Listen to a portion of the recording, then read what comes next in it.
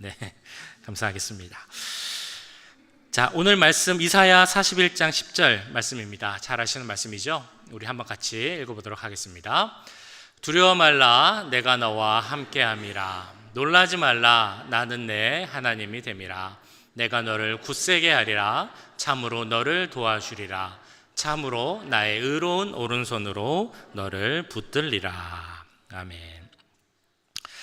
히브리어에서 성경에서 반복되는 것은 이제 강조라는 것은 잘 알고 계실 것입니다. 여기서는 우리를 위로하고 보호해주는 말씀이 2중 3중으로 반복되고 있습니다. 두려워 말라, 놀라지 말라, 이렇게 우리를 위로해주는 말씀. 또 내가 너를 굳세게 하리라, 너를 도와주리라, 내가 너를 붙들리라 라는 보호의 말씀이 3번이나 나오고 있습니다. 그만큼 우리를 향한 하나님의 위로와 보호의 마음이 강하게 느껴지는 것이 이 말씀입니다.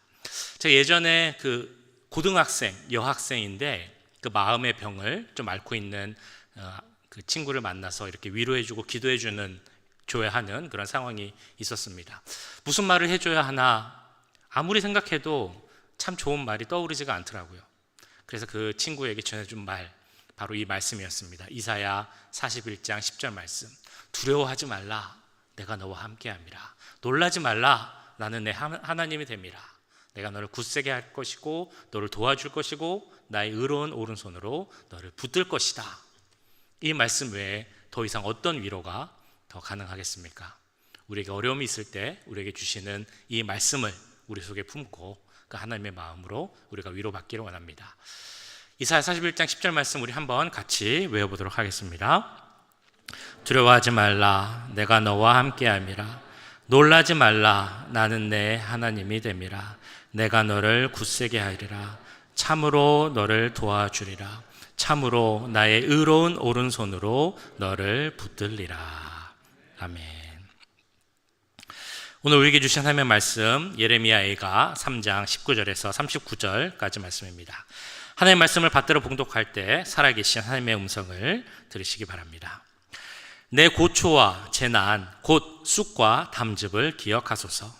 내 마음이 그것을 기억하고 내가 낙심이 되오나 이것을 내가 내 마음에 담아두었더니 그것이 오히려 나의 소망이 되었사옴은 여호와의 인자와 긍휼이 무궁하심으로 우리가 진멸되지 아니함이니이다.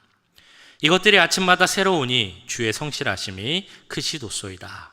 내 심령에 이르기를 여호와는 나의 기업이시니 그러므로 내가 그를 바라리라 하도다. 기다리는 자들에게나 구하는 영혼들에게 여호와는 선하시도다. 사람이 여호와의 구원을 바라고 잠잠히 기다림이 좋도다. 사람은 젊었을 때 멍에를 매는 것이 좋으니 혼자 앉아서 잠잠할 것은 주께서 그것을 그에게 메우셨음이라. 그의 입을 땅에 티끌에 댈지어다. 혹시 소망이 있을지로다. 자기를 치는 자에게 뺨을 돌려대어 치욕으로 배불릴지어다. 이는 주께서 영원하도록 버리지 아니하실 것이며 그가 비록 근심하게 하시나 그의 풍부한 인자하심에 따라 긍휼히 여기실 것임이라. 주께서 인생으로 고생하게 하시며 근심하게 하심은 본심이 아니시로다. 세상에 있는 모든 갇힌 자들을 발로 밟는 것과 지존자의 얼굴 앞에서 사람의 재판을 굽게 하는 것과 사람의 송사를 억울하게 하는 것은 다 주께서 기쁘게 보시는 것이 아니로다. 주의 명령이 아니면 누가 이것을 능히 말하여 이루게 할 수 있으랴. 화와 복이 지존자의 입으로부터 나오지 아니하느냐. 살아있는 사람은 자기 죄들 때문에 벌을 받나니 어찌 원망하랴. 아멘. 한 선배 목사님으로부터 그 목사님이 목회했던 경험 중에서 가장 힘들었고 가슴 아팠던 이야기를 들은 적이 있습니다.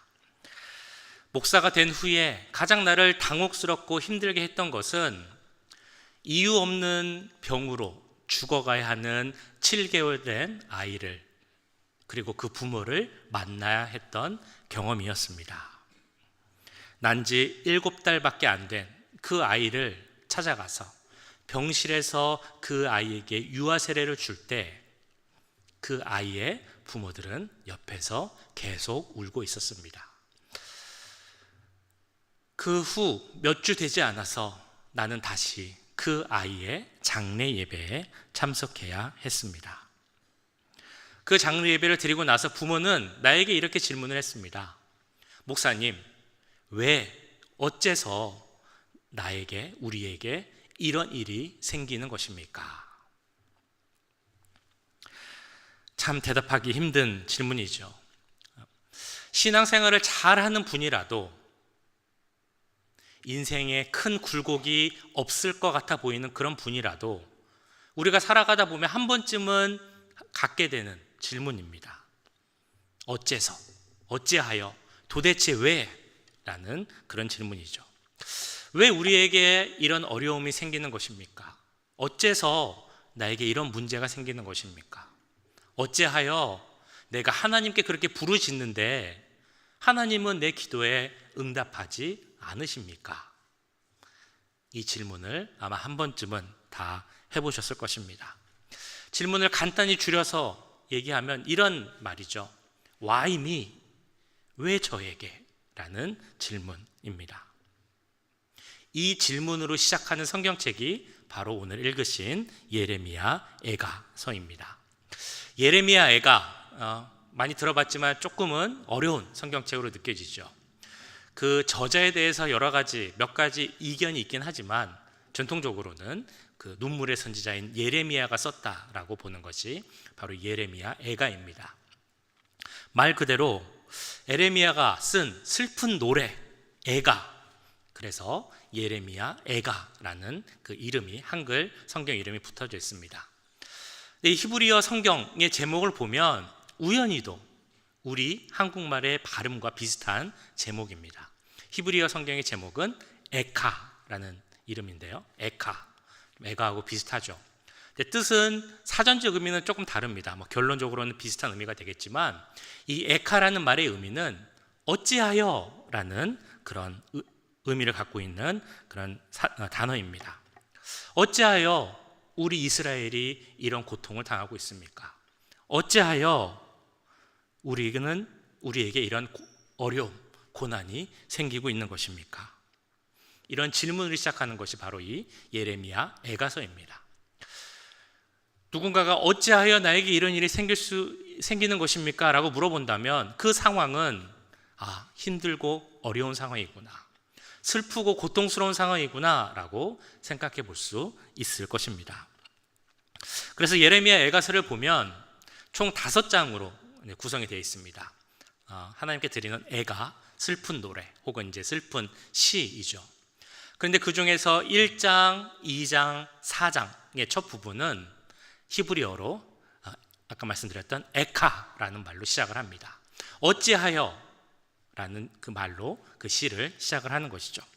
그래서 그 상황을 이제 해석해서 우리 성경에서는 1장, 2장, 4장을 보시면 1절이 슬프다 라는 말로 시작을 하고 있습니다.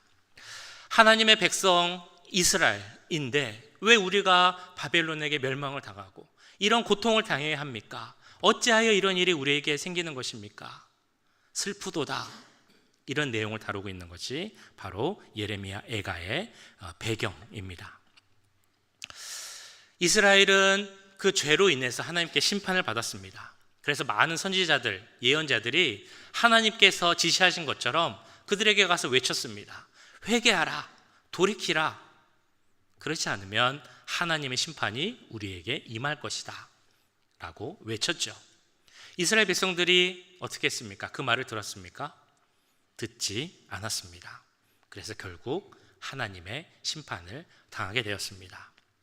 자, 그런데 이 예언자들을 보면 이스라엘의 멸망을 외친 예언자들이 참 많았지만 그 예언대로 멸망한 이스라엘을 직접 본 예언자들도 있었고 직접 보지 못한 선지자들도 있었습니다.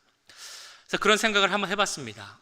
내가 예언을 외쳤는데 그 예언대로 우리 이스라엘이 멸망해 가고 그 동족들이 고통당하는 모습을 보아야 했던 그 선지자의 마음은 어떠했을까?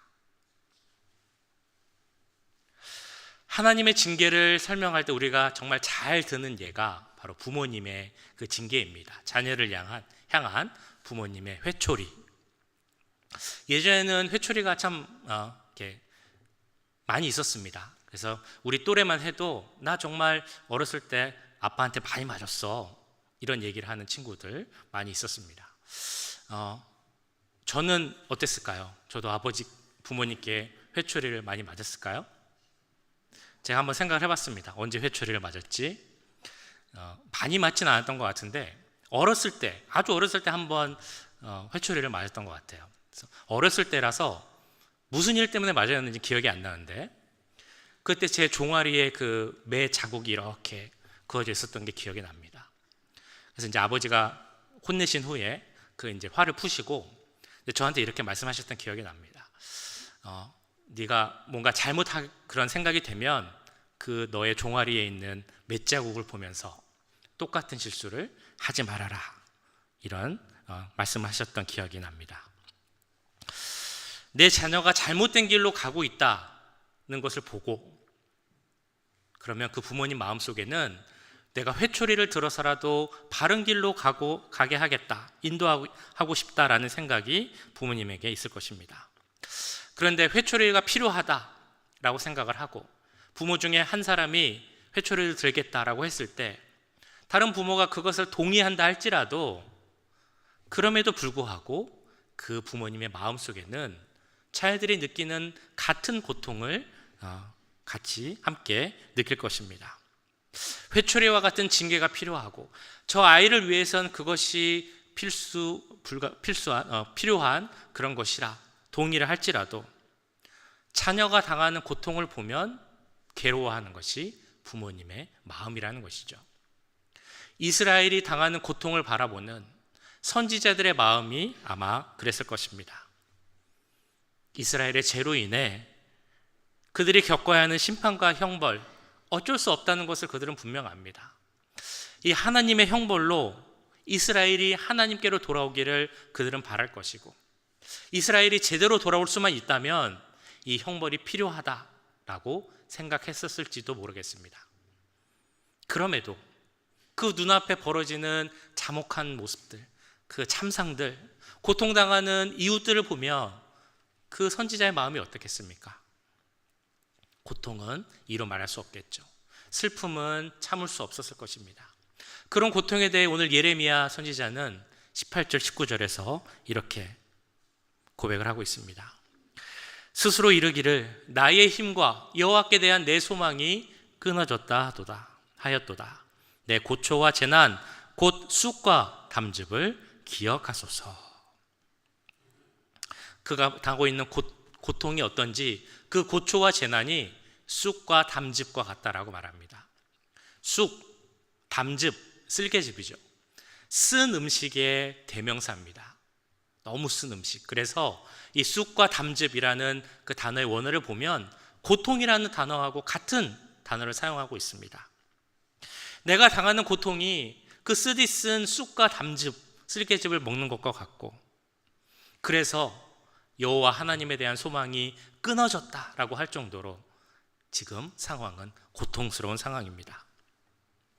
자, 그런데 여기서 이 고통스러운 상황에서 예레미야 선지자가 무엇이라 하나님께 간구합니까? 기억하소서라고 말합니다. 눈앞에 보이는 절망과 아픔 속에서 내 입에 담즙이 있는 것 같은 그런 고통 속에서도 이 예레미야가 할 말은 내가 의지할 분은 하나님밖에 없습니다.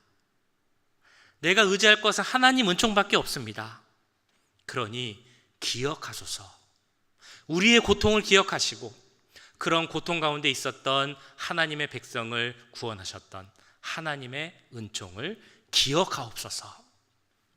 이렇게 외치고 있는 것입니다. 이 기억하다라는 말의 의미, 원어가 자카르라는 단어입니다. 오늘 몇 가지 원어를 말씀드릴 건데요. 이 기억하다는 한번 외우시면 좋을 것 같아요. 자카르라는 단어가 기억하다라는 단어의 원어입니다. 지난 수요일날 성찬식을 하면서 제가 이런 말씀을 드렸습니다. 예수님께서 떡과 잔을 제자들과 나누실 때, 그 마지막 만찬을 하실 때 제자들에게 이렇게 명령하셨죠. 너희가 이 떡과 잔을 마실 때마다 그것을 기억하라. Do this in remembrance of me. 이것을 행할 때마다 나를 기억하라 라고 말씀하셨습니다. 여기서 말하는 기억하라 혹은 기념하라 라는 말의 의미는 단순히 머리로 그 지식을 알고 메모라이즈 하라 라는 의미만은 아니다 라고 말씀드렸습니다.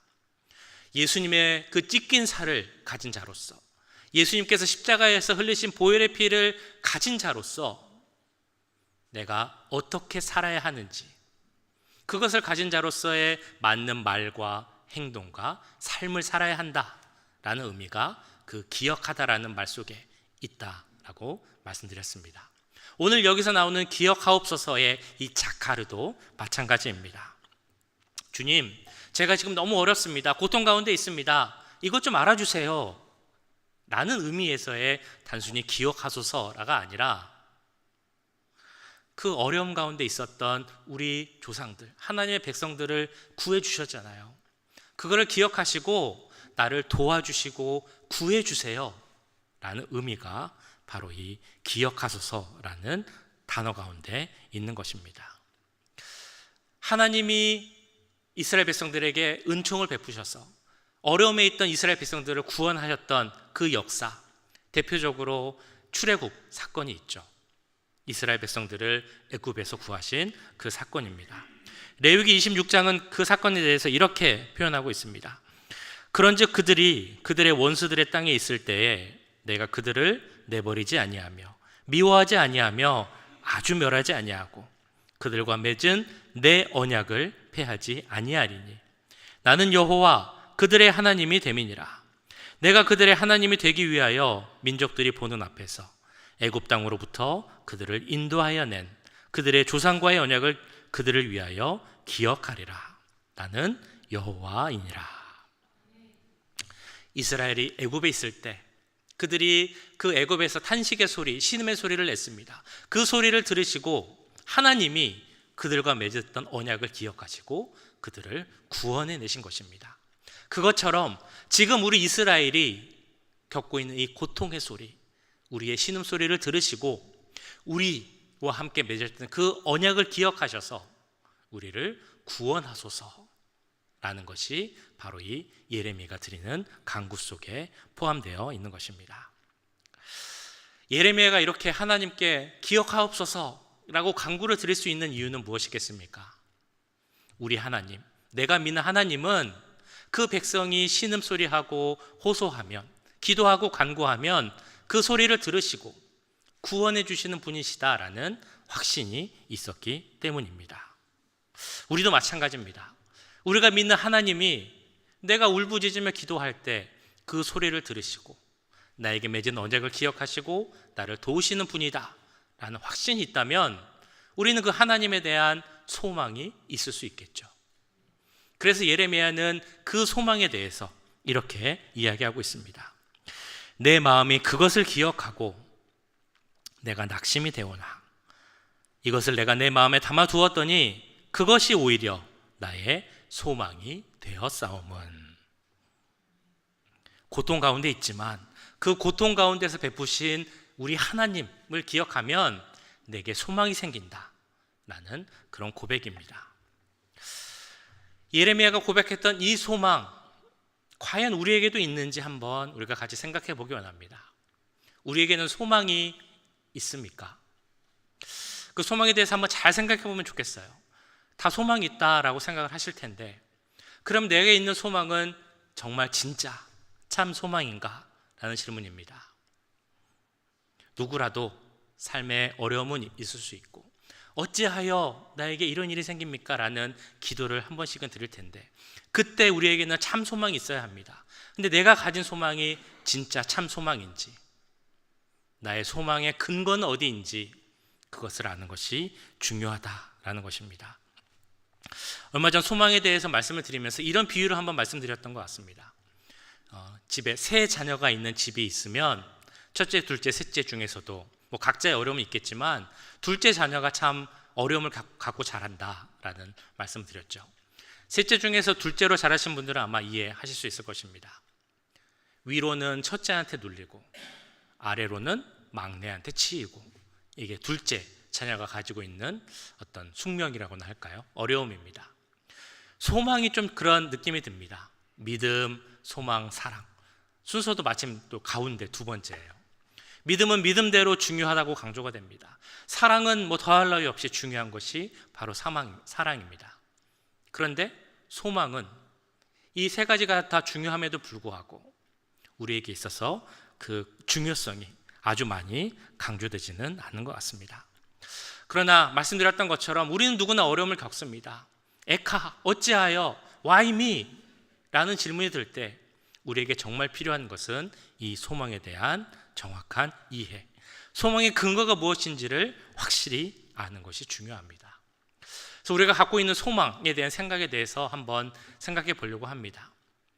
먼저 소망 그러면 소망은 우리가 적극적인 자세 혹은 긍정적인 자세, 절망 속에서도 쓰러지지 않는 낙관적 태도와 연관시켜서 이 소망을 생각하긴 합니다. 우리가 잘 아는 그 크림통에 빠진 쥐 두 마리에 대한 이야기가 있습니다. 큰 크림통에 쥐가 두 마리 빠진 거예요. 이 두 마리의 쥐가 살아날 수 있는 방법은 없습니다.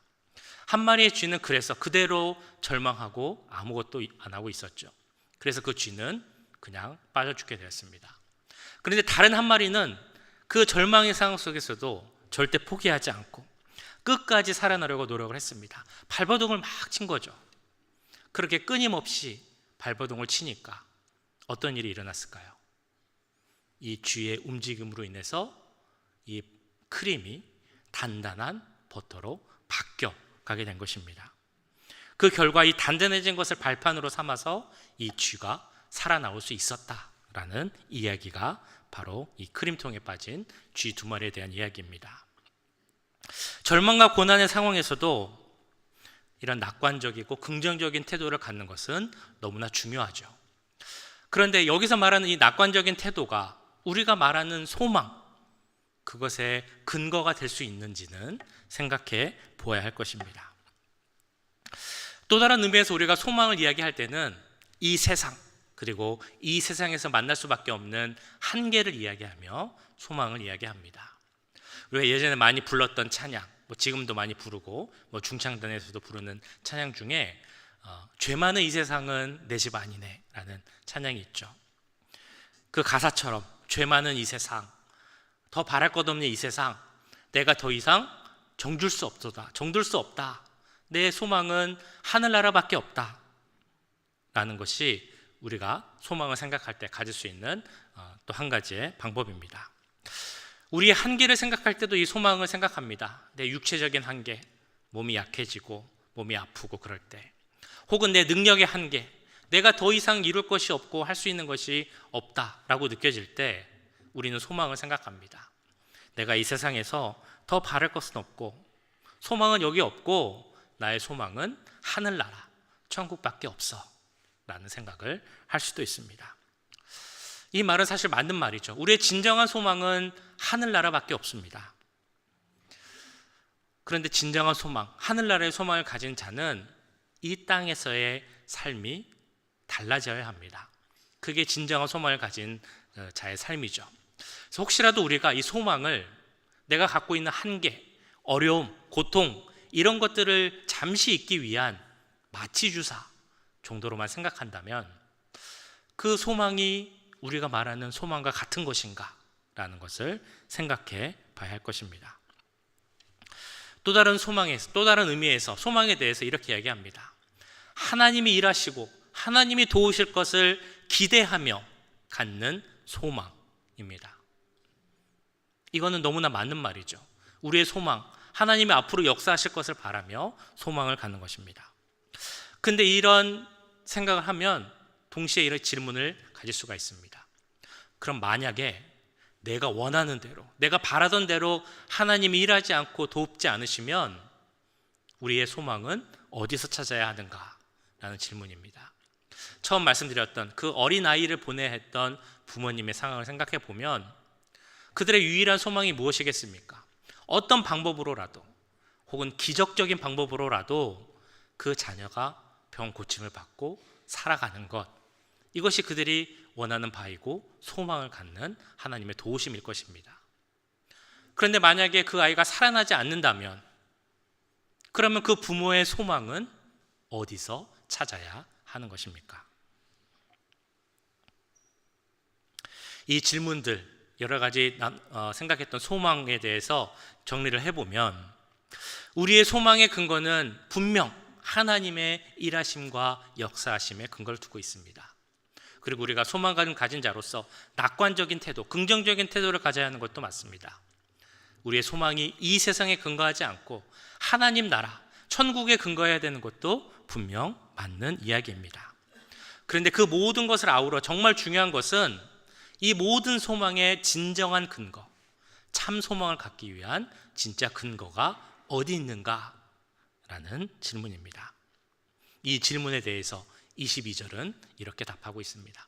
우리 같이 한번 읽어보도록 하겠습니다. 예레미야가 3장 22절, 여호와의 인자와 긍휼이 무궁하심으로 우리가 진멸되지 아니함이니이다. 어디에 있다고 나옵니까?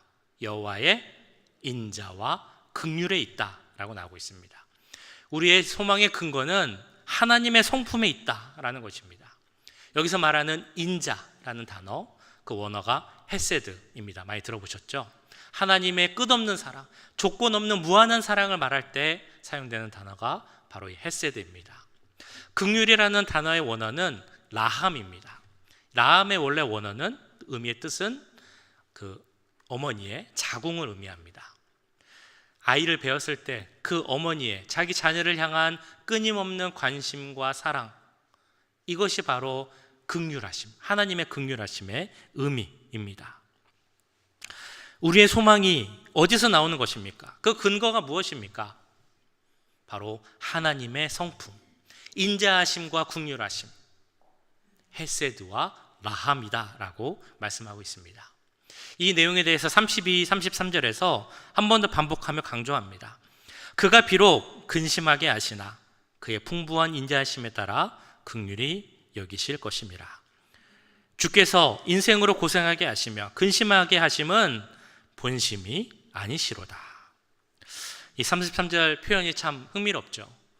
우리들이 고생하게 할 때도 있고 근심하게 할 때도 있는데 하나님이 그렇게 하시는 것은 하나님의 본심이 아니다 라고 이야기하고 있습니다. 하나님의 본심이 아니라는 것을 어떻게 알 수 있을까요? 23절의 말씀과 연결시켜 보면 이렇게 이해할 수 있습니다. 이것들이 아침마다 새로우니 주의 성실하심이 크시도소이다. 하나님은 성실하신 분, 신실하신 분이기 때문에 그 인자하심과 긍휼하심이 변하지 않는다라는 것입니다. 그렇다면 그 하나님이 우리를 고생시키거나 근심시키실 이유가 없다는 것이죠. 그것은 본심이 아니다라고 말씀하고 있습니다. 자, 그러면 이런 말씀을 들으면 우리는 계속해서 이 질문을 하게 됩니다. 하나님이 그렇게 좋은 성품을 가지신 분이라면, 인자하시고 긍휼하심이 끊이지 않는 분이라면 왜 이스라엘을 심판하셨습니까? 이 질문에 대해서 뭐라고 대답할 수 있을까요? 왜 이스라엘을 심판하셨습니까? 이스라엘의 죄 때문이죠. 하나님의 말씀을 순종하지 않고 세상을 더 사랑하고 그리고 하나님 뜻에 따르지 않고 다른 신을 섬겼던 그 죄를 지었기 때문에 그들은 심판을 당했던 것입니다. 사실 그들의 죄를 생각하면 예레미야 16장에 나오는 것처럼 그들은 더 이상 하나님의 인자와 긍휼의 대상이 아님을 알 수 있습니다. 여호와께서 이와 같이 말씀하시되 초상집에 들어가지 말라. 가서 통곡하지 말며 그들을 위하여 애곡하지 말라. 내가 이 백성에게서 나의 평강을 빼앗으며 인자와 사랑을 제함이라. 여호와의 말씀이니라. 하나님 뭐라고까지 말씀하십니까? 내가 더 이상 저들에게 인자와 사랑을 주지 않겠다. 나의 모든 자비와 긍휼을 제하여 버리겠다 라고 말씀하고 있습니다. 하나님의 공의의 기준으로 보면 그들은 더 이상 사랑받을 존재가 아니라 심판받아야 하는 존재라는 것입니다. 그런데 이 자비와 인자하심과 사랑과 긍휼이 넘치시는 그 하나님의 신실하심이 그들을 심판 가운데만 놔두지 못하시고 그들을 용서하시고 회복해 하셨다. 그렇기에 우리 하나님은 성실하신 분이십니다 라는 고백이 나올 수밖에 없는 것입니다. 자, 이처럼 우리의 소망의 근거가 하나님 성품, 그 끝없는 자비와 긍휼에 있다라는 것을 알면 우리의 삶은 달라져야 할 것입니다. 자비와 긍휼을 받은 자로서의 삶을 살아야 되겠죠. 한마디로 표현하면 이렇게 표현을 할 수 있겠습니다. 하나님이 자카르 하시면 나도 자카르 해야 한다. 기억나십니까? 자카르가 어떤 말이었죠? 기억하다 라는 말이었습니다. 하나님이 기억하시면 우리도 기억해야 한다는 것입니다. 하나님이 자비와 긍휼을 기억하셔서 우리에게 은혜를 베푸시면 우리도 그 자비와 긍휼을 받은 자로서 그에 맞는 삶을 살아야 한다는 것입니다. 어찌하여 나에게 이런 일이 생깁니까?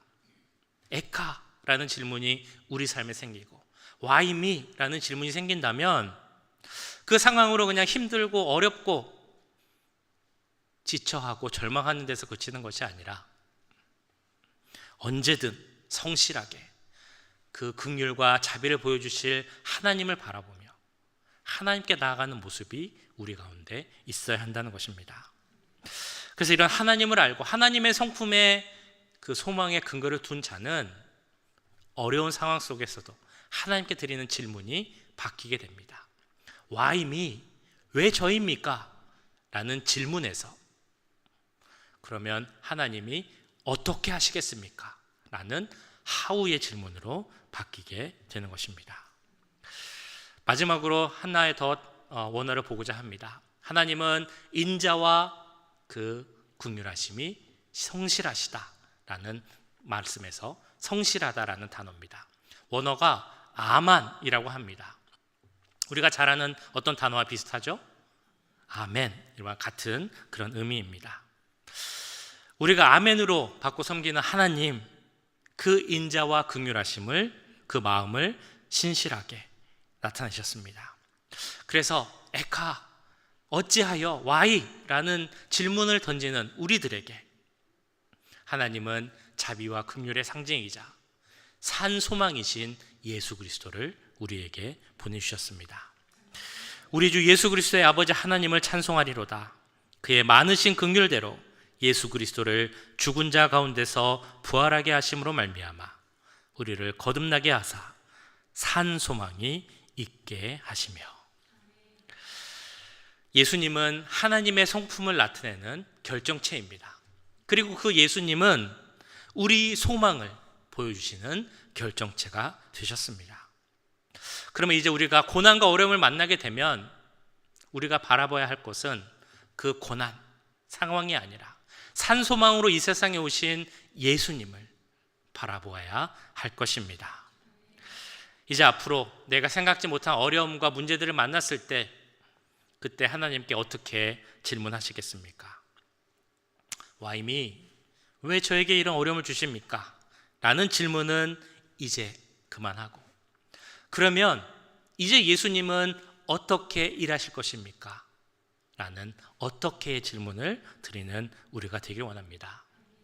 이런 질문의 변화뿐만 아니라 더 나아가서 우리 관점의 변화, 즉 하나님의 성품에 근거한 진정한 소망 속에서 우리에게 주시는 그 소망을, 진짜 소망을 알고 그 안에서 살아갈 수 있는 우리 모두가 되기를 주님의 이름으로 간절히 축원합니다.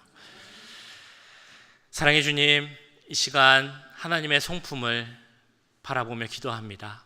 우리를 향하신 그 헤세드의 사랑과 라함의 긍휼하심, 그것이 너무나 성실하심을 이 시간 고백하며 나아갑니다.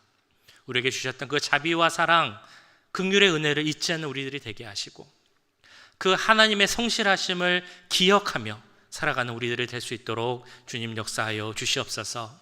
산소망 대신 예수님을 바라보는 우리가 되기 원합니다. 우리에게 혹시라도 어려움과 고난이 생긴다면 Why me? 어찌하여? 라는 질문을 드리는 우리가 아니라 그러면 그 성실하신 하나님의 역사가 내 삶에 어떻게 나타나는 것입니까? 라는 믿음의 질문을 드릴 수 있는 우리 모두가 될 수 있도록 주님 역사하여 주시옵소서. 그 가운데 산 소망이신 예수님을 바라보는 우리가 되게 하시고 그 소망으로 말미암아 모든 어려움을 이겨낼 수 있는 우리가 되도록 인도하여 주시옵소서. 모든 것 감사드리며 우리를 구원하신 예수 그리스도의 이름으로 기도하옵나이다.